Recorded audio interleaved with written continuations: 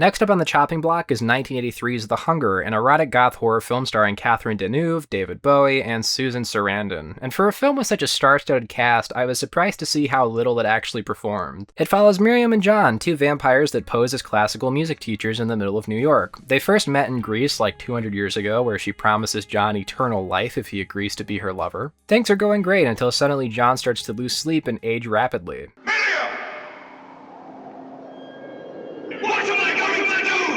After watching a TV program where a gerontologist named Sarah talks about the same phenomenon but in primates, John heads out to the medical center she works at in an attempt to reverse his rapid aging. But after thinking that he's out of his mind, rightfully so, she leaves him to rot in the waiting room. Literally, he ages like 50 years in the waiting room. Upon returning home, he murders one of their students in the hopes that maybe that will help. Spoiler alert, it doesn't, and they never find a cure.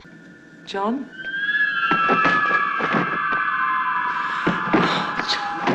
And then in a progressive twist for an 80s movie, Sarah shows up at their house to hopefully study John, and upon returning a few days later, Miriam hooks up with her and also turns her into a vampire. But the way she does it is interesting. See, instead of sucking her blood, she injects her own blood into her. Almost like a drug of sorts. If it wasn't obvious, this movie is about addiction, and that's like the ending. It's a movie about addiction, and it's really, really lame. I will give this movie extra points for visually showing a same-sex hookup in a time when homosexuality was deemed illegal, though. For how much thought that I know was put into literally every other aspect of this movie, I was surprised by how flimsy the final product ended up being. It felt more like I sat through an elongated drug PSA than I did a postmodern highbrow vampire movie. The Hunger tries to be a fascinating take on the vampire genre, but gets too caught up in its artistic flourishes to leave you with anything memorable, which sucks given how perfectly everything else fell into place. I think I'll give this one a 4 out of 10.